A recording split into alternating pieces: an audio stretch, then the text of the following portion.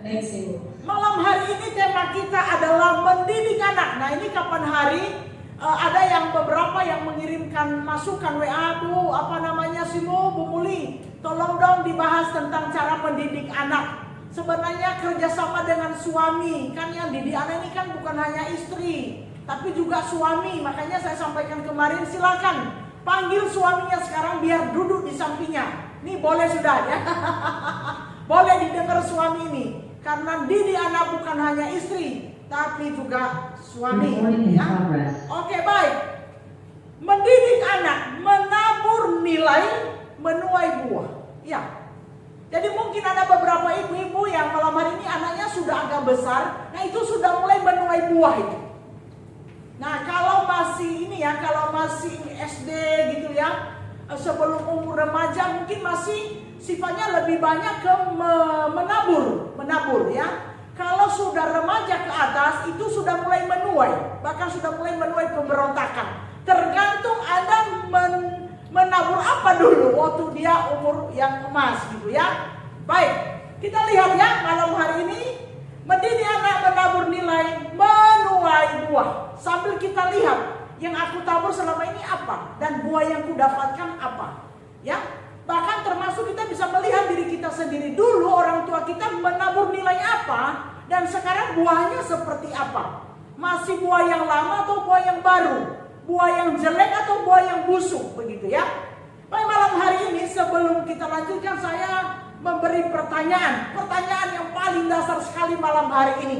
Karena ini akan menggerakkan nilai-nilai yang akan kita taburkan.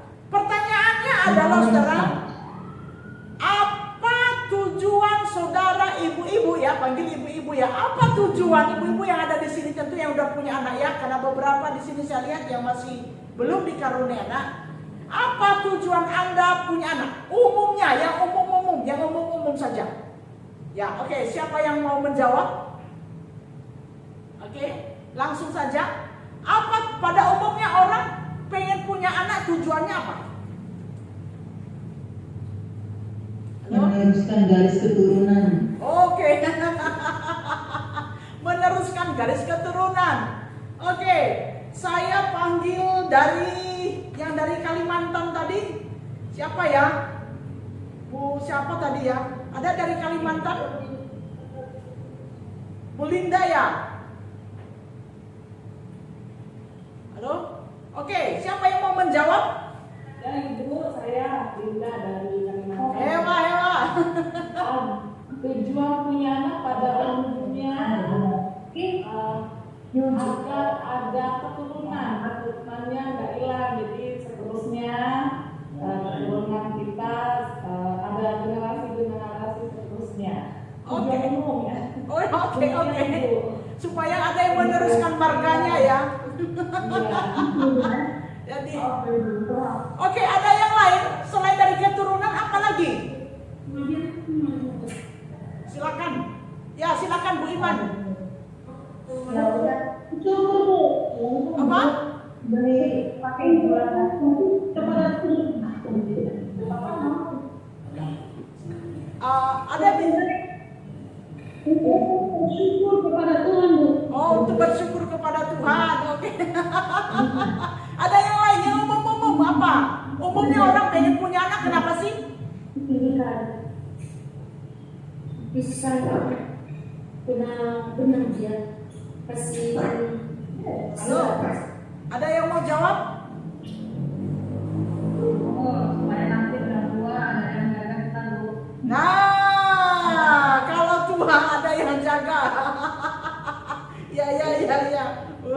Oke, ada lagi? Biar kalau Tuhan yang jaga. Apa lagi? Oke. Baik, ada beberapa jawaban tadi ya. Yang pertama, umumnya ini lebih banyak ini, supaya punya keturunan. Nah, kalau tujuannya jadi begini, sikap kita, tindakan kita, tiap langkah kita itu sebenarnya itu dikendalikan oleh tujuan hidup kita. Kalau Anda pergi ke gereja, maka Anda akan mengarahkan kendaraan Anda kemana? Ya ke gereja. Kalau Anda pergi ke pasar, maka Anda mengarahkan langkah Anda kemana? Ya ke pasar. Nah sekarang bicara anak, kita seringkali tidak terpikirkan secara spesifik ini. Ketika kita punya anak, sebenarnya sampai malam hari ini, kita ini sudah tahu gak sih apa tujuan kita punya anak? Atau hanya begini ya, pokoknya semua orang juga punya anak. Kalau nggak punya anak kok lucu gitu ya. Umumnya orang kok punya anak, aku ya pengen punya anak. Nah saudara, kalau nggak punya tujuan yang jelas, itu sebabnya nanti kita punya anak, tetapi kita tidak mengarahkan mereka dengan jelas, dengan benar, dengan tepat. Karena kita nggak punya tujuan yang jelas, kenapa punya anak? Nah malam hari ini kalau ada suamimu di sampingmu, tanya sama dia, kenapa ya kita mau punya anak ya? Ayo coba, ayo, jangan ada suami istri yang tidak tahu kenapa dia punya anak. Malam hari ini, itu penting sekali, Oke? Baik, sekarang umumnya begini, supaya punya keturunan, ya banyaknya begitu, supaya marganya nggak hilang, ya kan? Kalau nggak ada keturunan, kok rasanya tabu gitu kan? Nah pertanyaan saya, emangnya kalau nggak ada keturunan kiamat dunia ini? Kan enggak gitu kan? Anak itu pemberian Allah gitu ya. Nah kemudian nanti kita akan bahas itu. Kemudian saudara, kalau hanya fokus supaya punya keturunan, nah ini dia yang hanya terikat dengan keturunan, maka memakai sistem lebih melihat kepada sistem paternalistik. Sistem paternalistik itu adalah sistem yang hanya melihat anak laki-laki, sebab yang melanjutkan nama keluarga atau C-nya itu atau marganya kan anak laki-laki kan.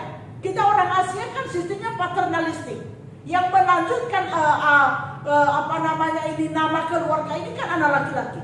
Maka efeknya kalau hanya ini tujuannya saudara, fokus tujuannya untuk keturunan, maka efeknya adalah anak laki-laki paling disanjung, anak laki-laki paling diperhatikan, anak laki-laki diusahakan kesuksesannya. Pokoknya yang terbaik untuk anak laki-laki. Dan anak perempuan itu ya seadanya lah. Pokoknya ya dibesarkan seadanya, disekolahkan seadanya, tidak semaksimal kepada anak laki-laki. Nah saya mau katakan ini keliru. Ya kita berbicara firman Allah, maka ini sangat keliru sekali. Kalau engkau punya tujuan hanya untuk mendapatkan keturunan dan meneruskan garis keturunan atau marga atau C daripada keluarga suami kita saudara, dan kemudian anak laki-laki lebih diutamakan daripada anak perempuan, ini keliru. Sebab anak baik laki-laki maupun perempuan adalah pemberian Tuhan. Baik laki-laki maupun perempuan sama di mata Tuhan, sama berharga. Dan sama tujuannya kenapa Tuhan taruh di dalam keluarga kita. Nanti kita akan lihat. Oleh karena itu saudara, sangat tidak benar dan sangat berdosa kalau orang tua membeda-bedakan anak di dalam membimbing, mendidik, membesarkan dan memimpin kehidupan mereka. Nah, saudara yang dikasihi Tuhan ya. Lalu kemudian saudara, kita lihat yang lainnya. Sebenarnya banyak sekali efek yang dihasilkan kalau hanya berfokus kepada tujuan paternalistik atau tujuan meneruskan keturunan keluarga atau marga dari keluarga kita. Nah sekali lagi ya, tidak boleh beda-bedakan anak. Anak sama di mata Tuhan, dan dia menitipkan dengan nanti tujuan yang sama. Yang kedua saudara, ya lebih cepat aja. Yang kedua adalah untuk menghasilkan generasi yang sukses. Nah ini banyak ini, bahkan orang Kristen pun, keluarga Kristen pun juga banyak yang memegang paham ini dan menjunjung tinggi tujuan ini. Punya anak itu supaya keluarga menjadi sukses. Supaya keluarga ini strata sosialnya naik nanti melalui anak. Pokoknya harus sukses. Maka nanti kalau fokusnya ke situ ya, coba dievaluasi ya seperti apa fokus kita juga selama ini. Maka kalau fokusnya itu, maka gini, anak itu dituntut belajar, dituntut kerja keras, dituntut pokoknya kamu harus lebih sukses dari papa mama. Fokusnya itu fokusnya ke situ.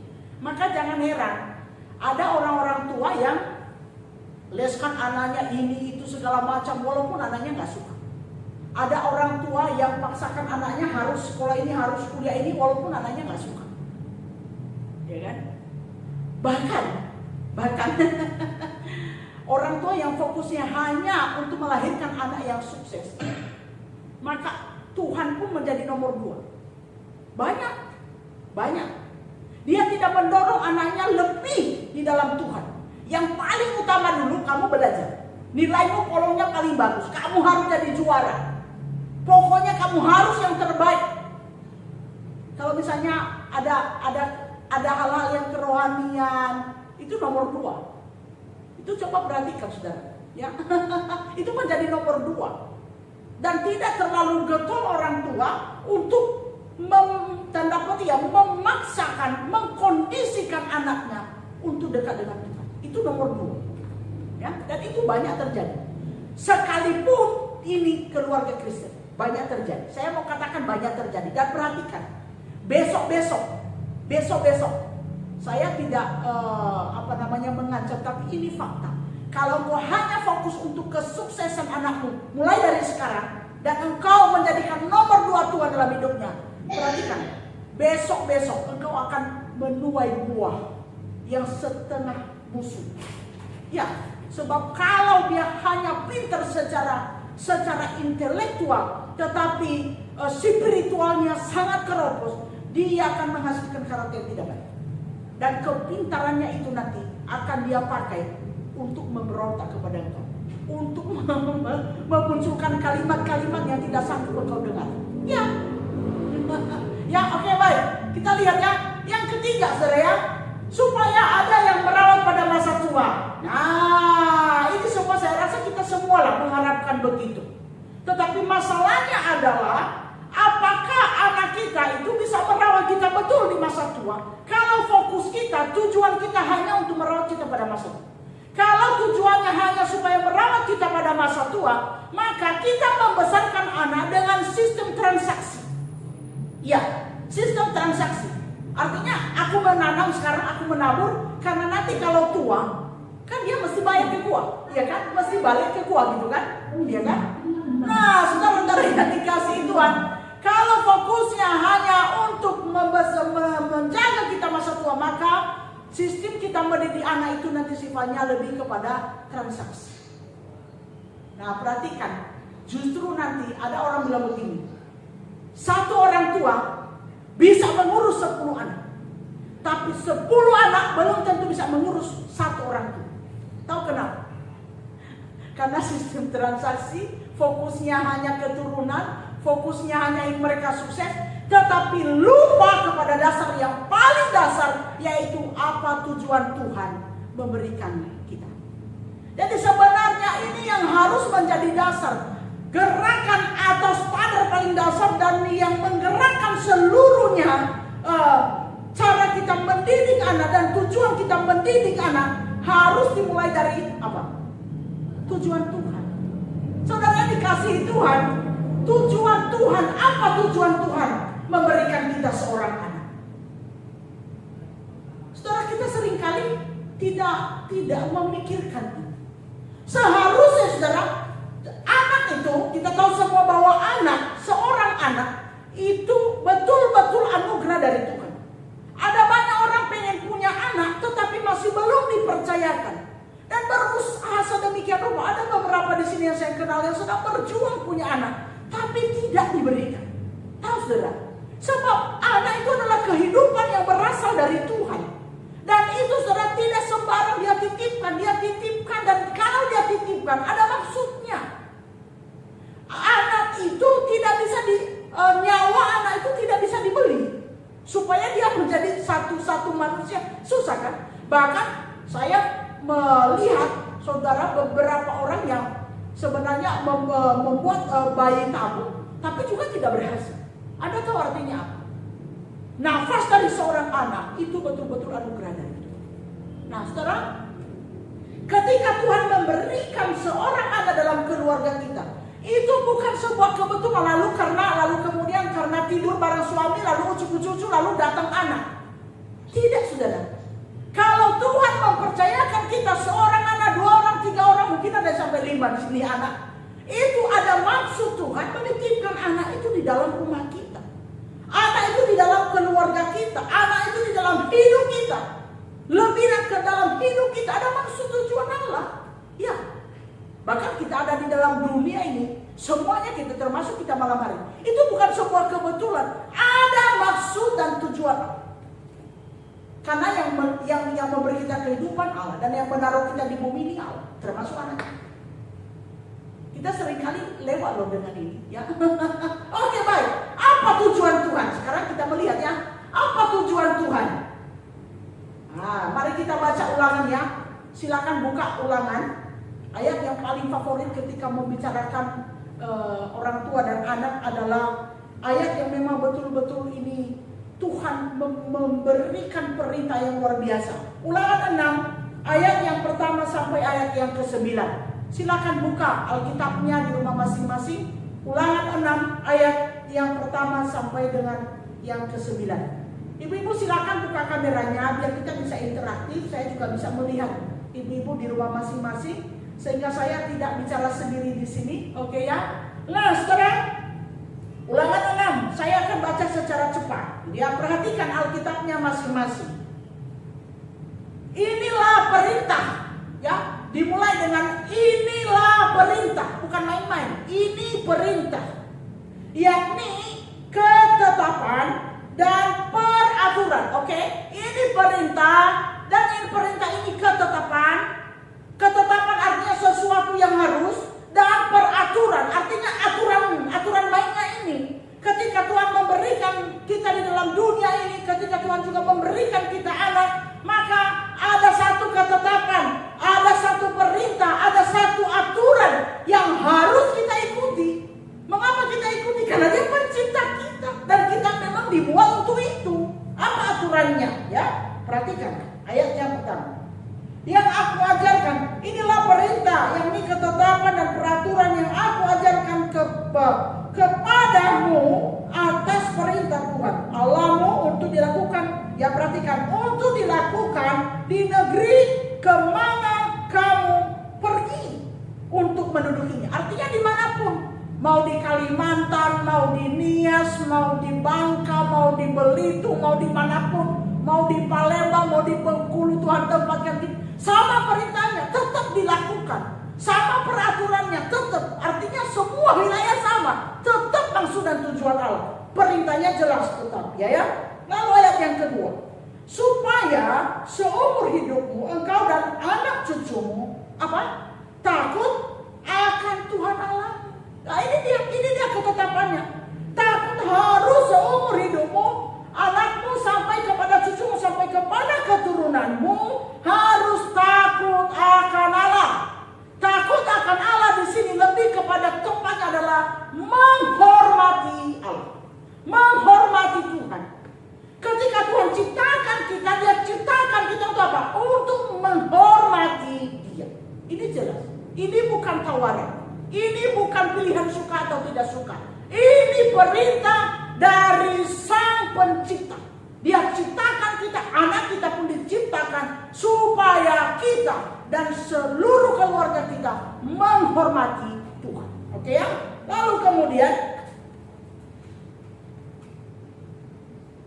supaya seumur hidupmu engkau dan anak cucumu takut akan Tuhan Allahmu dan berpegang pada segala ketetapan. Perhatikan, berpegang pada segala ketetapan dan perintahnya yang kusampaikan kepadamu, dan supaya lanjut umurmu. Ayat yang ketiga, maka dengarlah hai orang Israel, lakukanlah itu dengan apa?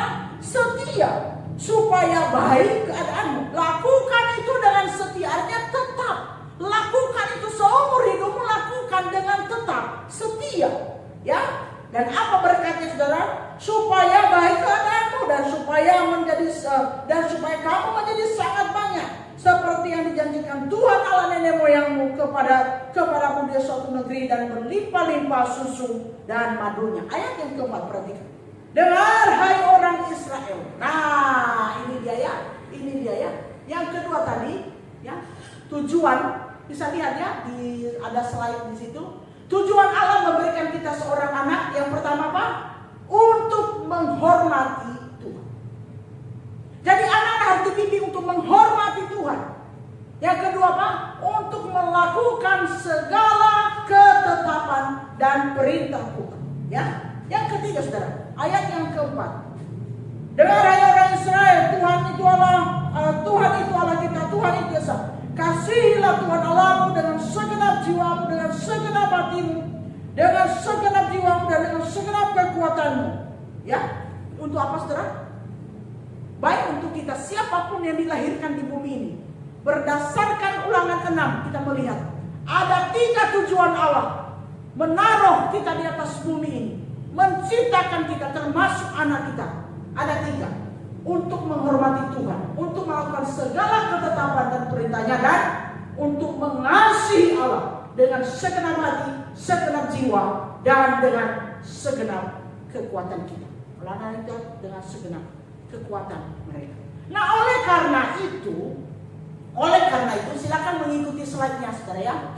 Oleh karena itu, anak harus dididik, anak harus diajar, anak harus dilatih, anak harus dibimbing, anak harus didisiplin. Untuk apa? Berdasarkan tujuan kita tadi? Bukan. Itu nanti efeknya, ketujuan kita itu efeknya. Tapi yang paling dasar, yang paling pertama adalah apa? Tujuan Tuhan dulu. Kalau kita fokus kepada tujuan Tuhan, maka tujuan kita yang tadi itu, yang 3 juga tadi itu juga akan terpenuhi dengan sendirinya, bahkan melebihi dari yang kita pikirkan. Amin. Iya. Jadi anak kita dididik, diajarkan, dilatih, dibimbing dan disiplin untuk apa? Untuk menghormati Tuhan. Ini nggak bisa main-main, ini nggak bisa ditawar. Dan ini bukan dibuat mengalir, tidak. Ini betul-betul disengaja, diarahkan dengan sengaja untuk apa? Menghormati Tuhan, melakukan segala perintah Tuhan, taat kepada Tuhan, mengasihi Tuhan segenap hati, segenap jiwa, dan segenap seluruh hidup. Nah, ini loh, saudara ya. Jadi ini nggak bisa mengalir. Sekali lagi saya tekankan kalimat disengaja, satu kata. Udahlah, biarlah, terserah anak lah. Ini kan sama demokrasi sih, Bu Muli, sama demokrasi, ya kan? Udahlah, terserah. Keliru. Karena Tuhan menitipkan anak itu di dalam diri, di dalam hidup kita, dalam suami istri kita. Tuhan menitipkan itu untuk apa? Ya ini untuk menghormati Tuhan, melakukan kehendaknya, untuk tujuan Tuhan ketiga itu. Dan itu tugas kita sebagai orang tua, jangan main-main.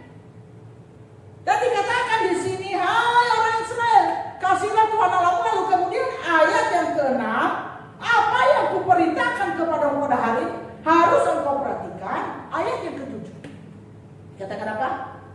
Haruslah engkau apa?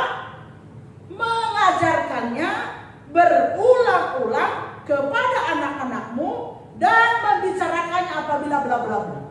Perhatikan, haruslah engkau apa? Mengajarkannya kepada anak-anak. Apa yang diajarkan? Nah, itu tadi di atas. Ajarin untuk menghormati Tuhan. Bukan hanya sekedar menghormati papa mama. Yang paling utama menghormati Tuhan. Tetapi saya mau kasih kepada saudara, kalau anak itu menghormati Tuhan, dia pasti anak yang menghormati orang tua. Yes. Nah, sekarang seringnya apa? Hormati papa mama, hormati engkau, hormati nenek. Tapi kita lupa mengajari dia hormati Tuhan. Kita lupa bahwa sebenarnya ketika dia menghormati Tuhan dengan nilai-nilai kebenaran firman Tuhan yang kita ajarkan, itu anak pasti akan menjadi anak yang menghormati orang tuanya tanpa dipaksa-paksa. Jadi sudut kita menanam nilai ini banyak yang keliru. Kita pikir dengan kemauan manusiawi kita, atau kita puji-puji suami kita di depan orang, tapi pulang ke rumah, kebun binatang yang keluar, ya kan? Kata-kata yang kasar yang keluar, ya kan? Kira-kira apa perasaan anak kita ini? Nggak sinkron, dan mereka akan terluka dengan itu. Ya, jadi anak-anak kita itu perhatikan, seluruh hidup kita itu dilihat anak-anak. Antara yang kita katakan, yang dia dengar dengan apa yang dia lihat. Nah, kemudian dia yang ketiga. Kalau yang pertama Bagaimana cara mengajarkannya? Mendidik mereka di dalam tujuan Allah melalui apa yang didengar, melalui apa yang dilihat. Yang ketiga, melalui apa yang dirasakan. Ya, apa yang dirasakan adalah perpaduan antara apa yang didengar dengan apa yang dilihat. Itu yang dirasakan. Jadi yang dirasakan oleh anak-anak adalah perpaduan antara apa yang didengar dengan apa yang dilihat oleh anak dari orang tua. Itulah yang dirasakan. Dan dari apa yang dirasakan itu bisa menghasilkan 2M. Ya, perpaduan antara dua tadi, apa yang didengar dengan yang dilihat.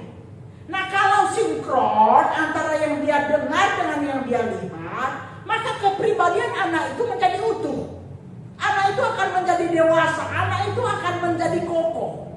Ya. Tapi kalau tidak sinkron, nah ini masalahnya. Maka ketika dua itu yang dia rasakan apa, akan menghasilkan 2M. Bisa membangun kalau sinkron. Dan M yang kedua adalah bisa meruntuhkan kalau tidak sinkron. Ayo deh berdoa, ayo deh baca Alkitab.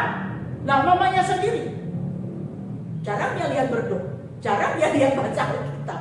Nah, sinkron. Banyak orang tua itu, ayo pergi ke sekolah minggu, ayo pergi ke gereja. Tapi orang tuanya sendiri gimana? Ya kan? Nggak boleh ini, nggak boleh itu. Orang tuanya seperti apa? Nggak boleh pegang HP ya.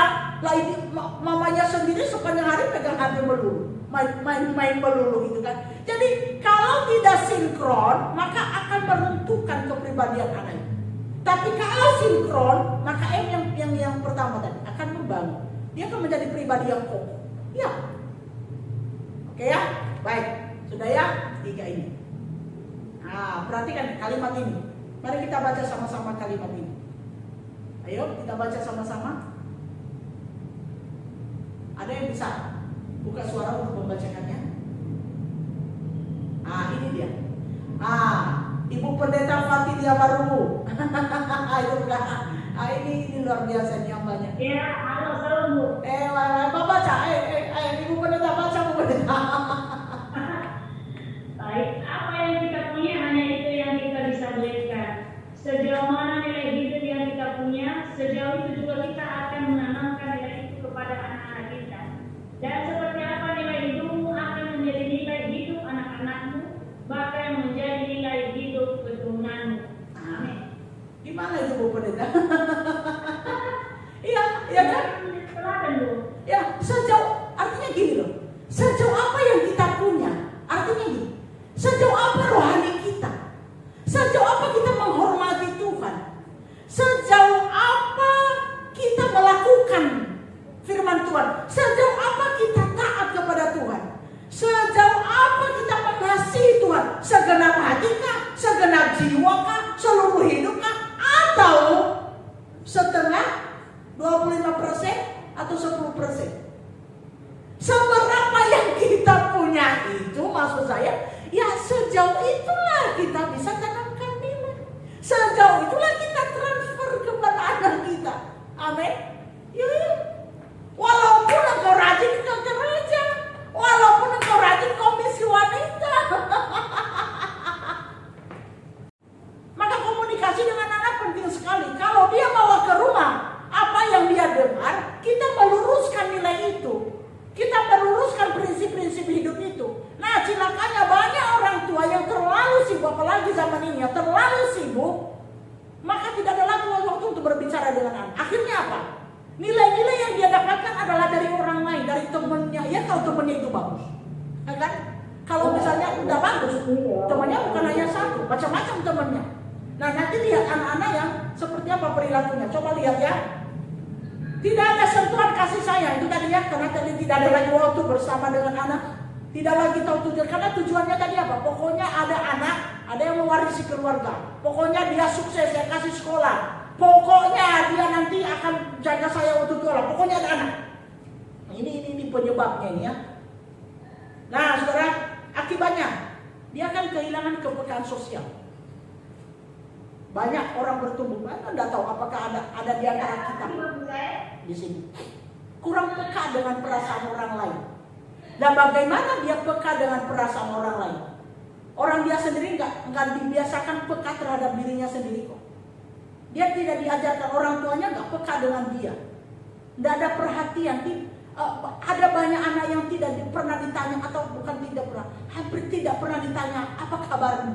Apa yang engkau rasakan? Apa yang engkau alami? Anak-anak seperti ini, itu namanya anak yang diabaikan. Efeknya apa, saudara? Anak seperti ini akan kehilangan kepekaan sosial, bahkan kepekaan kasih sayang. Nah, kalau engkau punya suami yang tidak peka terhadap kasih sayang, ya, ini bukan hanya anak loh, manusia begini perkembangannya ya. Nah, tidak peka terhadap kasih sayang, nah itu salah satu penyebabnya itu. Nah, dia tidak peka terhadap perasaannya orang lain. Bagaimana dia perasaannya sendiri? Bagaimana dia bisa peka dengan perasaan orang lain? Oke. Anak yang berikutnya, dengan agak cepat saya anak yang dihina dan direndahkan. Anak yang dihina dan direndahkan itu, misalnya ya, banyak orang tua. Puji Tuhan kalau nggak ada di sini ya, tapi banyak sekali orang tua di luar sana, banyak sekali. Karena banyak saya layani di konseling. Aduh, ya. Omongin anak itu tadi lah. Baru duduk bareng, baru kemana? Bahasanya apa? Dasar bodoh. Anak bodoh banget sih. Ya kan? Anak tidak berguna. Aduh, nyesel saya lahirkan kamu. Ada nggak? Banyak yang seperti itu. Tahu nggak saudara? Anak ini nggak bisa apa-apa. Anak nggak ngerti apa-apa. Ini akibatnya. Anak yang dihina dan sering direndahkan begini akan menjadi pribadi yang kehilangan kepercayaannya. Marah terhadap diri sendiri sampai dia besar. Kalau tidak dipulihkan luka batin, itu namanya luka batin. Kalau tidak dipulihkan, dia akan menjadi orang yang marah terhadap dirinya sendiri, menghindar dari orang lain, memproteksi dari pergaulan, menjadi anak yang rendah diri. Dan ekstrimnya saudara, kalau dia udah besar, kalau belum dipulihkan, dia akan menjadi pribadi yang arogan, bisa. Itu namanya reaksi aktif. Karena ada dua reaksi di dalam perilaku. Jadi perilaku apa? Dia misalnya diabaikan, dihina, direndahkan. Ada reaksinya bisa pasif. Pasif itu misalnya dia menarik diri, menjadi tidak percaya diri, contoh. Tapi kalau reaksi pasif, aktifnya ada dua, pasif dan negatif. Pasif dan aktif. Kalau reaksi aktif, dia bisa menjadi anak yang arogan. Karena dia tidak mau direndahkan, dia sudah terlalu trauma dengan direndahkan. Maka dia menjadi pribadi yang arogan sekali. Dia tidak mau direndahkan. Kalau ada orang yang meremehkan dia, wah, dia bisa gila-gilaan untuk memperjuangkan dirinya. Ya, dan ini banyak terdapat. Bahkan kalaupun hamba Tuhan pun dia sudah jadi pendeta pun, kalau belum dipulihkan dari luka batin ini, maka akan ada pribadi sekalipun hamba Tuhan, maaf ya, saya juga hamba Tuhan. Kalau belum dipulihkan yang kayak gini-gini, dia akan menjadi juga hamba Tuhan yang arogan sekali. Ya, bahkan mencari-cari pengakuan supaya dianggap sebagai sesuatu.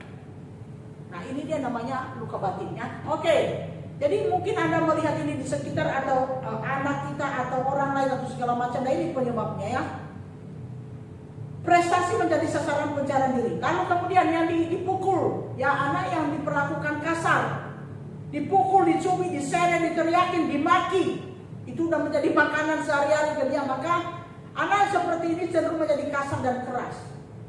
Banyak nggak Bu Jel? Ini Bu Jel dari Bitung. Banyak nggak muridnya ibu yang kayak gini? Anaknya keras, gak mau dibilangin. Bu Jelita, Bu Guru, ini ibu kepala sekolah ini dari Belitung. Banyak nggak Bu? Justru sebaliknya Bu, malah anak itu kalau yang saya hadapi ya, orang murid yang saya punya murid orang tua, justru anak mereka jadi anak emas gitu. Jadi nggak boleh disentuh orang, malah nggak boleh ini, nggak boleh itu. Malah orang tua mereka kalau yang diperlakukan kasar enggak, justru mereka anak mereka seperti hadiah yang nggak boleh dipegang orang lain malah. Oh gitu ya. Oke, terlalu diproteksi ya. Oke. Nah, nanti kita lihat yang lain. Yang sebelumnya ada nggak Bu? Justru udah lama saya mengajar malah enggak pernah saya menemukan. Ada mungkin tapi enggak terlalu banyak. Paling ada di antara beberapa mungkin, tapi enggak terlalu ini. Paling mungkin karena pengaruh macam-macam. Kalau kita telusuri itu macam-macam. Jadi beberapa aja yang saya kira-kira ibu mendekat apa menjauh? Mikir-mikir dulu. Jujur dia.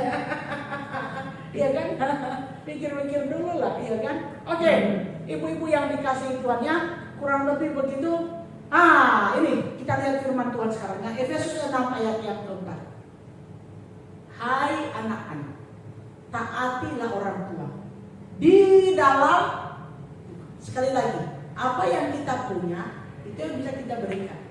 Kalau kita ini dekat dengan Tuhan, ada teladan hidup di dalam Tuhan, maka anak akan taat. Halo? Jangan beda antara yang dikatakan dengan yang dilihat. Yang dirasakan harus sinkron. Barulah kemudian anak-anak taat. Dan ayat yang terakhir, tetapi didiklah mereka di dalam ajaran dan nasihat.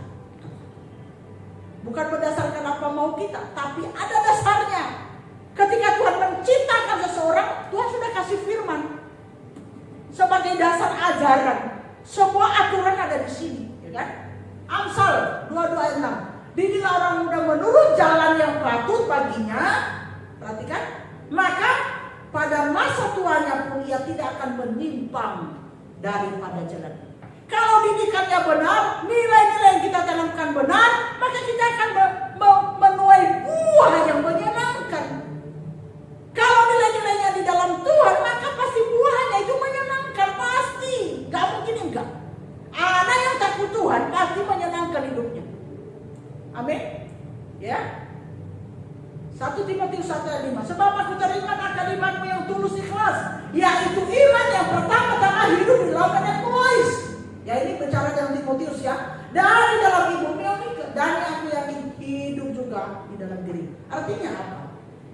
Seluruh hidup kita ini sebenarnya itu tertransfer kepada anak-anak.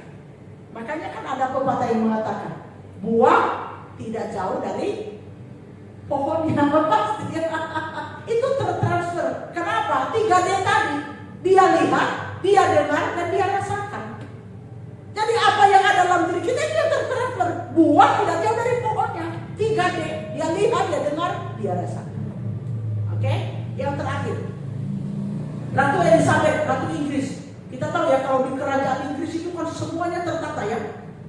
Kalau orang tuanya raja, maka anaknya berikutnya harus jadi raja. Dan itu semua tertata. Dia bilang apa? Bagaimana kok berhasil begitu ya? Kok bisa berhasil ya didikannya? Dia bilang apa? Cara belajar anak adalah dengan menyaksikan orang tua lalu meniru mereka. Dari orang tua lah anak-anak belajar tentang kata-kata, ekspresi wajah, gerak tubuh, perilaku, norma-norma, keyakinan agama, prinsip-prinsip hidup, dan nilai-nilai hidup. Proses ini kemudian mengakar. Nah, ini nilai tadi ya. Proses ini kemudian mengakar dalam dirinya, lalu menjadi referensi utama dalam berinteraksi dengan diri sendiri dan orang. Nah, jelas sekali ya. Baik, yang bagian terakhir. Bolehkah Budia bantu saya untuk membaca bagian terakhir ini? Biasanya suara Budia itu lantang. Silakan. Ya, saya baca dulu. Anak yang dididik berdasarkan tujuan Allah dan bukan berdasarkan tujuan orang tua, maka percayalah Anda akan menghasilkan anak-anak yang menghormati dan mengasihi Anda dan diberkati oleh Tuhan melebihi dari apa yang Anda sanggup lakukan. Demikian. Setuju Budia? Setuju. Nah, itu yang menjadi kesimpulannya. Anak yang dididik berdasarkan tujuan Allah, ya tadi ya, tujuan Allah tadi apa? Menghormati, apalagi melakukan firman, mengasihi Allah sepenuh jiwa.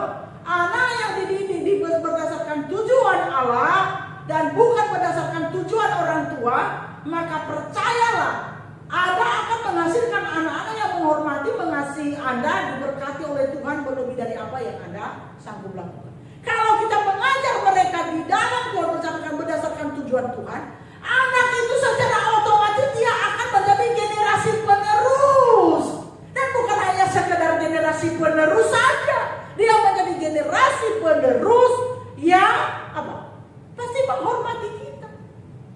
masih mengasihi orang tuanya. Dia akan menjadi anak yang sukses, tetapi bukan sukses kemudian melupakan dan merendahkan orang tuanya. Ada banyak anak sukses hari-hari ini. Ada banyak anak sukses. Ketika sukses, kata-katanya itu menyakiti orang tua. Saya kesal sekali. Banyak saya lihat itu. Ketika anak sudah disekolahkan, hidup sudah enak, ngomong sama orang tua terlalu tinggi. Mama gak ngerti. Mama bodoh. Mama jadul. Mama itu nyakitin. Tahu kenapa? Karena membesarkannya bukan berdasarkan tujuan Tuhan. Lebih ke tujuan kita dulu tadi. Akhirnya apa? Rusak. Ketika udah besar, buah apa yang kita tuai? Buah yang setengah busuk. Bahkan lebih ada lagi yang lebih busuk lagi. Nangis. Banyak orang tua nangis. Ketika saya lagi nangis, anakku kok gini ya. Padahal aku udah ada waktu sama papanya itu ya, kepala jadi kaki jadi kepala, besarkan dia ini anak. Tapi sekarang kayak gini gak hormat. Tahu gak sih, sakit hatiku. Aku dimaki, aku dibilang bodoh, dibilang mama yang tidak ngertiin